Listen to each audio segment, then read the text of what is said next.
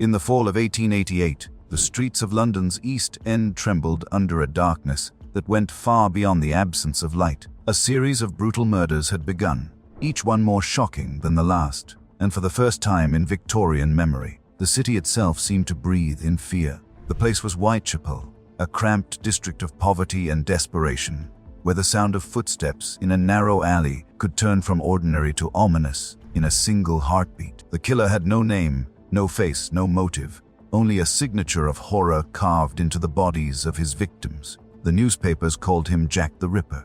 The name alone was enough to send chills through even the most hardened residents of the East End. London's police force, already stretched thin by overcrowding, theft, and social unrest, suddenly found itself hunting a ghost. This was no ordinary murderer. He was methodical, silent, and surgical in his cruelty. The victims, all women of the night, were discovered in alleys, lodging houses, and dark courtyards, their throats slashed, their bodies mutilated with a precision that made even the most experienced coroners recoil. The East End was a place where the poor lived unseen by the rest of London. Narrow streets filled with beggars, dockworkers, and women trying to survive one night at a time. For many, it was a world of hopelessness, where hunger met addiction, and morality was a luxury few could afford. Amid the smoke and gaslight, every shadow could hide a monster. When the killings began, fear became the district's new currency. But the terror was not confined to Whitechapel. Within weeks, the story had spread across the British Empire. Newspapers printed every grisly detail, and soon, London's high society found itself captivated by the crimes taking place just a few miles from their palaces and ballrooms. Panic turned into obsession. Who was this man? How could he move unseen through the fog, commit such atrocities, and vanish without a trace? The police gathered every scrap of evidence they could: blood-stained aprons, footprints in the mud, fragments of clothing, but none of it led to a name. Then, a letter arrived at the Central News Agency, written in red ink and signed with the words, "Yours truly, Jack the Ripper." Whether the letter was authentic or not, it gave the faceless killer an identity, and a legend was born. As the body count rose, so did the speculation. The list of suspects grew long, and strange doctors, sailors, butchers, even barbers. But as the years passed, one theory would overshadow all others, one so scandalous it would link the Ripper murders to the very heart of the British monarchy. To understand that connection, one must step out of the fog-filled alleys of Whitechapel and into the glittering halls of Victorian high society, where wealth and privilege thrived under the shadow of moral hypocrisy. The year was 1862. A child was born into the House of Windsor, a boy who would one day become both a royal heir and one of the most controversial figures in British history, Prince Albert Victor, known to his family as Eddie. He was the eldest son of the Prince of Wales, the future King Edward VI, and the grandson of Queen Victoria herself. From the moment of his birth, he was second in line to the throne, the future of the British Empire. But even as a child, something about Eddie seemed fragile. Those who met him described him as kind, gentle, and polite, yet oddly vacant. His eyes, large and unblinking, gave him a distant look. His tutors often complained of his lack of focus, calling him slow and inattentive. Queen Victoria, who preferred obedient grandchildren to energetic ones, adored him for his docility. To her, Eddie was the ideal prince, quiet, unassuming, and pliant. But to his tutors, especially Dr. John Dalton, he was a disappointment. Dalton's notes were cruel and unsparing. He called Eddie backward, abnormal, and intellectually slow. Whether this was true or simply the prejudice of a harsh Victorian teacher is still debated, but the label would follow Eddie for the rest of his short life. When he reached adulthood, Eddie was sent to Cambridge University, more out of royal tradition than academic merit. His professors quickly realized that the young prince struggled to grasp even the simplest lectures. It was said that he could attend a class without understanding a single word. His peers described him as kind but detached, someone who smiled politely but never seemed fully present. After Cambridge, Eddie found a place where he could finally appear confident: the British Army. Wearing his ornate uniform, with tall collars and polished boots, he cut the figure of a dashing officer. His regiment, the 10th Hussars, was fashionable and elite, known for its extravagance as much as its discipline. Here, Eddie earned the teasing nickname, Collars and Cuffs, a nod to his obsession with tailored clothing and perfect appearance. He was what Victorians called a masher, a fashionable young man with more charm than sense. But beneath the surface of his polished image, Rumors began to swirl. Gossip about his private life, his habits, his interests, and his relationships spread quietly through the drawing rooms of London. Some whispered that Eddie was naive, others that he was easily manipulated, and others, more boldly, suggested something darker, that the prince had an interest in forbidden company. To understand why these whispers mattered, one must understand the society he lived in. Victorian London was a city of extremes. In the West, there was opulence, crystal chandeliers, grand dinners, and endless social rules. In the East, there was poverty beyond imagination. Children begged in the streets. Women sold themselves for a meal. And in between those two worlds was a thriving undercurrent of vice, hidden behind velvet curtains and gaslight. Despite the strict moral code preached by Queen Victoria's court, London was a city where anything could be bought for a price. There were houses of pleasure in Mayfair, gambling dens in Soho, and secret brothels hidden in the narrow streets of Clerkenwell. Men of power and wealth could indulge any desire, so long as they kept it hidden from the newspapers. But some forms of desire were not just scandalous, they were criminal. Homosexuality, in particular, was punishable by imprisonment and hard labor. It was never spoken of in polite society. The law called it gross indecency. The church called it a sin. For those caught, the punishment was public humiliation, exile, or ruin. It was in this climate that a scandal erupted, one that would shake the foundations of the British establishment and place Prince Albert Victor's name. In 1889, police investigating a petty theft stumbled upon something far more explosive. A young telegraph messenger was found with an unusual amount of money in his possession. When questioned, he broke down and confessed that he had earned it by keeping company with gentlemen at a house on the 19 Cleveland Street, a discreet male brothel in central London. The discovery sent shockwaves through Scotland Yard. The house's client list included men of wealth, influence, and aristocratic blood. Among the names whispered in private was Lord Arthur Somerset, an equerry to the Prince of Wales, Eddie's own father. As the investigation deepened, panic spread through royal circles. The brothel keeper, under pressure, hinted that even higher names might be involved, men whose exposure could destabilize the monarchy itself. Among those initials, one set stood out, PAV. The meaning was unmistakable, Prince Albert Victor.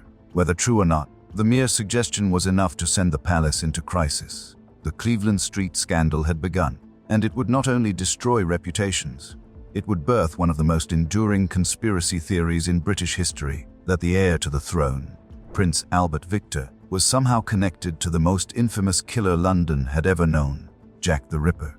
The Cleveland Street scandal exploded like a thunderclap across Victorian London. Though few newspapers dared to print the full story, the year was 1889, and the British Empire was at its height. Its royal family, the very symbol of moral virtue and divine order. The thought that someone connected to that sacred lineage might be entangled in a criminal investigation involving a male brothel was unthinkable. And yet, behind closed doors at Scotland Yard, that was precisely what detectives were uncovering. It had begun innocently enough. A 15-year-old telegraph messenger had been caught carrying money he wasn't meant to have. Questioned by Police Constable Luke Hanks, the boy first denied wrongdoing, insisting he'd saved it honestly. But when Hanks pressed harder, the truth spilled out. "I didn't steal it," the boy said. "I earned it. I got it by going to bed with gentlemen at Mr. Hammond's house, number 19, Cleveland Street." What followed was one of the most delicate investigations in British history.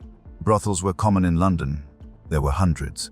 But a male brothel was another matter entirely. Homosexuality was illegal, punishable by years of hard labor. A conviction could ruin a man forever.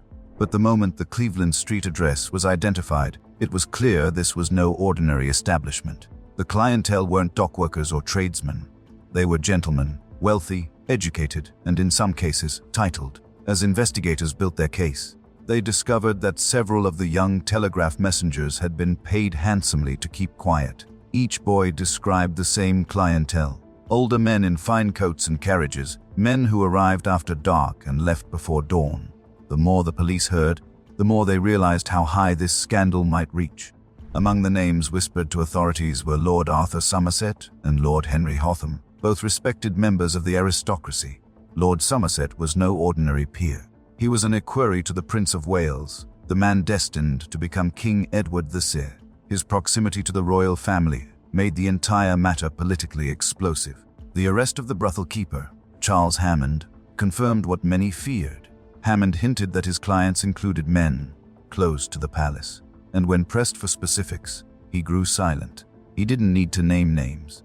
The implication was clear enough. When word reached the upper echelons of government, panic set in. Senior officials at the Home Office understood the danger immediately. If even a whisper of royal involvement reached the press, it could ignite a national scandal, one that might undermine the very foundation of Victorian moral authority.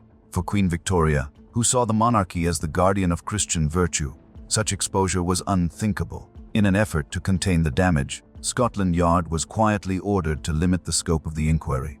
Key suspects disappeared from the city, traveling conveniently abroad. Others were quietly warned to stay silent. But for a few weeks, it seemed that one man, Lord Arthur Somerset, might actually be arrested. Then something extraordinary happened. Somerset's solicitor, Arthur Newton, a cunning and unscrupulous lawyer, walked into the office of the Director of Public Prosecutions and presented a veiled threat. If the Crown pursued charges against his client, Newton said, he would be forced to reveal the involvement of a much more important man. One whose initials, he claimed, were PAV. At first, the prosecutors didn't believe him, but when Newton produced a letter bearing those initials, panic rippled through Whitehall. PAV could only stand for Prince Albert Victor. To prosecute Somerset, therefore, would mean dragging the Queen's own grandson, the future King of England, into open court. It was an outcome the government would never allow. Within days, the case against Somerset was quietly dropped. He was permitted to flee to France for health reasons. Officially, there was no scandal. Unofficially, everyone at Scotland Yard knew the truth. The Crown had intervened.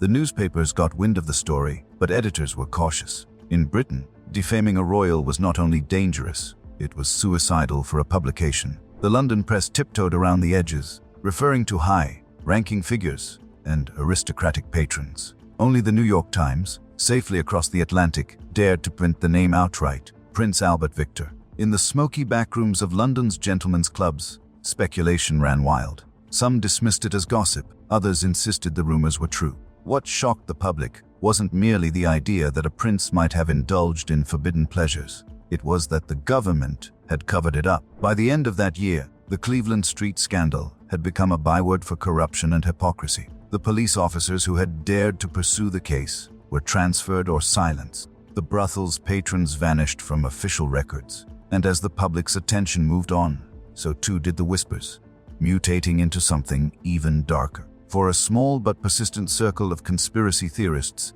the question was no longer whether the scandal had been covered up, it was why. And from that question grew the most sensational rumor of all, that Prince Albert Victor had not only been involved in the Cleveland Street affair, but that he might have had a hand in the Whitechapel murders themselves. The logic, such as it was, hinged on timing. The Ripper killings had taken place just months before the Cleveland Street revelations. Both involved secrecy, sex, and the shadowy underworld of London's poor. To those who distrusted the monarchy, it was easy to draw a connection.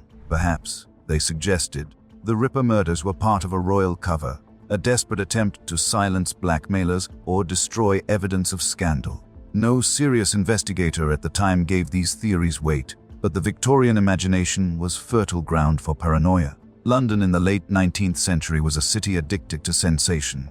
Every newspaper headline screamed of sin and murder, and nothing sold papers faster than scandal involving the rich and powerful. While rumors of royal depravity spread through taverns and barber shops, the real Prince Albert Victor continued his life, seemingly untouched by the chaos. Outwardly, he remained the same mild-mannered young man, dutiful, polite, and somewhat dull. But those close to him noticed a change. He seemed distracted, often ill at ease in public, and prone to sudden bouts of melancholy. Some attributed it to poor health, others whispered of a nervous disorder. His father, the Prince of Wales, grew concerned. The monarchy could withstand scandal only if it stayed silent, but silence was not enough. There needed to be distance, literal distance, between Eddie and the rumors that surrounded him. And so, in 1891, the decision was made. Prince Albert Victor would be sent abroad on a royal tour of India. Officially, it was described as an educational journey, a chance for the young prince to see the empire his family ruled. But those within government circles understood the truth. It was an exile dressed as diplomacy, a calculated move to let the scandal fade. Even the Prime Minister's correspondence made reference to it, noting that the trip had been arranged as a punishment for recent indiscretions. The plan worked, at least on the surface. With the prince far away, public attention shifted. The brothel at Cleveland Street closed its doors. The surviving witnesses disappeared into obscurity, but in the quiet corners of the city, whispers persisted. The initials PAV had entered legend. By the time the century turned, the scandal had become a half-forgotten footnote, one more secret buried beneath the weight of empire.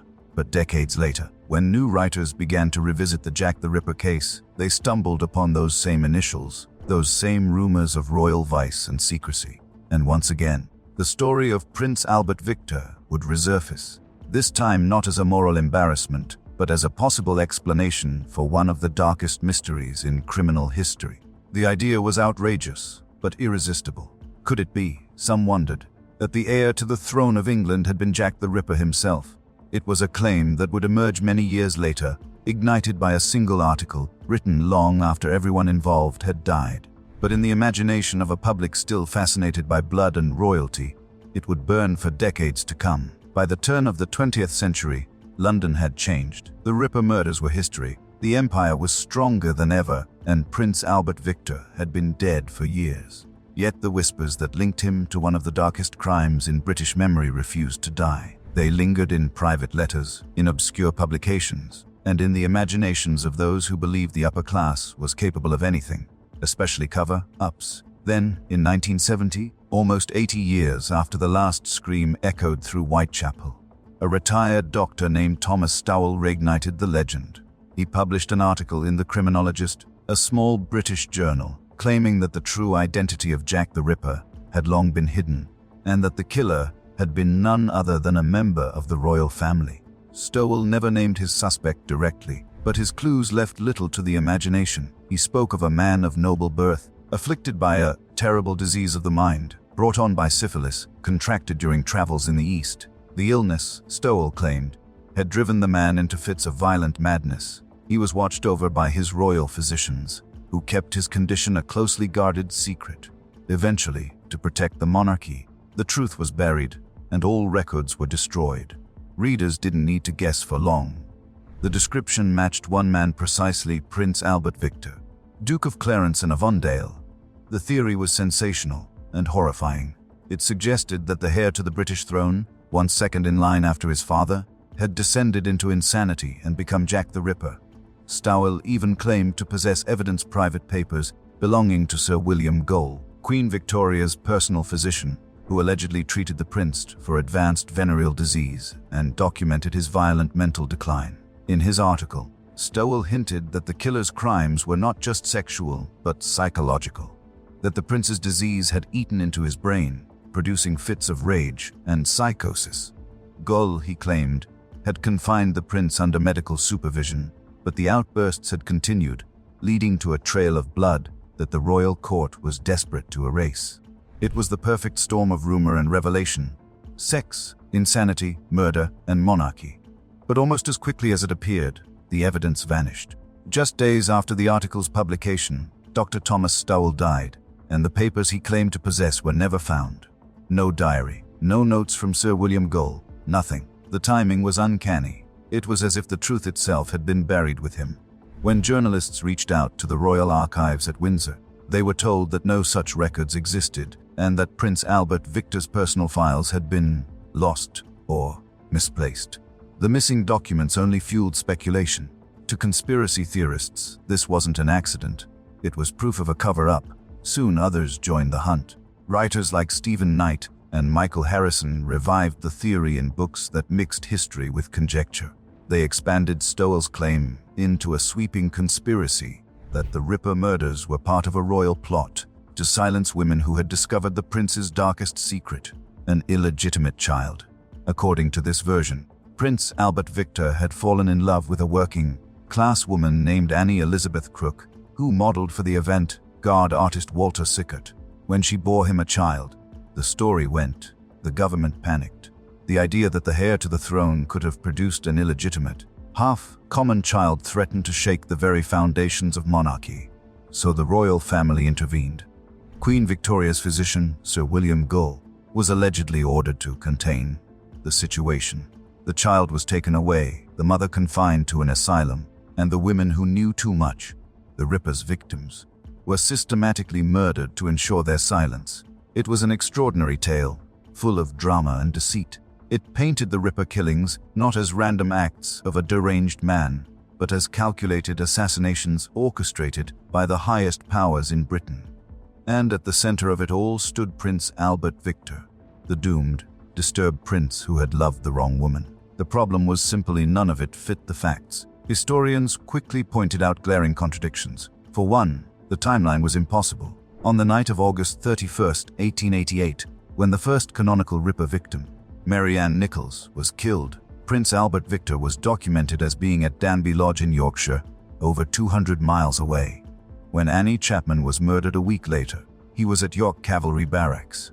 During the infamous double event of September 30th, when Elizabeth Stride and Catherine Eddowes were slain, Eddie was attending official engagements in Scotland, where even Queen Victoria's diary recorded his presence. And when Mary Jane Kelly, the Ripper's final victim, was found mutilated in her room on November 9, 1888, Prince Albert Victor was at the Royal Sandringham estate in Norfolk, more than 100 miles away. The records were clear. He could not have been in two places at once. Still, the public loved the theory. It was too delicious to abandon. The notion of a royal killer stalking prostitutes through the fog of London was irresistible, an image straight out of a Gothic nightmare. The facts, inconveniently, mattered less than the myth. The royal family, for their part, remained silent. Officially, they never acknowledged the rumors, never issued a statement, never dignified the accusation with a response. Silence, as ever, was their shield. As the decades passed, each new author added another layer to the legend. Some claimed the prince had not been the killer himself, but had inspired the killings, perhaps committed by others to protect his reputation. Others said he had been framed, his name used by radicals and Republicans eager to discredit the monarchy. Yet even among skeptics, one question lingered. Why did so many records of the period disappear? Court documents, police files, even private letters. Many had been destroyed, lost, or sealed for generations. Whether through negligence or design, the result was the same. The truth would forever remain uncertain. There were tantalizing fragments. Letters written by Prince Albert Victor to his doctor, Dr. Roach, surfaced years later. In them, he referred to suffering from gleet, a Victorian term for a chronic symptom of gonorrhea. To some, this was proof that he had indeed contracted a sexually transmitted infection abroad, just as Stowell had claimed. To others, it was merely a medical curiosity, not evidence of madness or murder. Even more speculation arose around his supposed mental instability.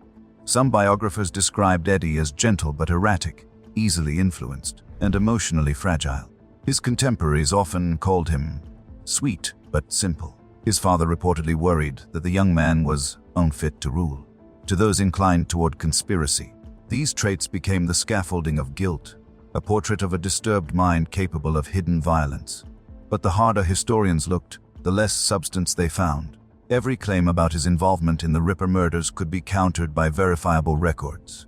Every lost diary or missing letter turned out to be rumor or forgery. Still, the legend persisted. It persisted because it told a story people wanted to believe, that evil could wear a crown, that the same hands which waved to the crowds at Buckingham Palace might once have wielded a knife in the shadows of Whitechapel. It was the perfect Victorian tragedy, a tale of madness, secrecy, and sin hidden behind lace curtains and royal insignia.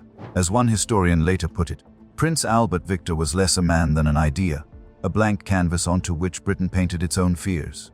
By the mid-20th century, the theory had woven itself so tightly into popular culture that separating fact from fiction became nearly impossible. Films, books, and documentaries repeated the royal connection, each time with new evidence, each time with the same seductive question: what if it was true?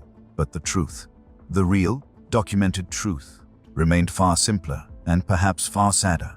The young prince was no murderer. He was a fragile man caught between expectation and scandal, a convenient scapegoat for an empire that refused to look into the mirror of its own corruption. And while the myth of the Ripper Royal would continue to fascinate, the actual Prince Albert Victor would not live long enough to defend himself. His story was nearing its final chapter, one marked not by violence, but by illness, isolation, and an early death that left more questions than answers. By the early 1890s, the legend of Prince Albert Victor had begun to take on the shape of a ghost story. In the eyes of the public, he was no longer just the young heir to the throne.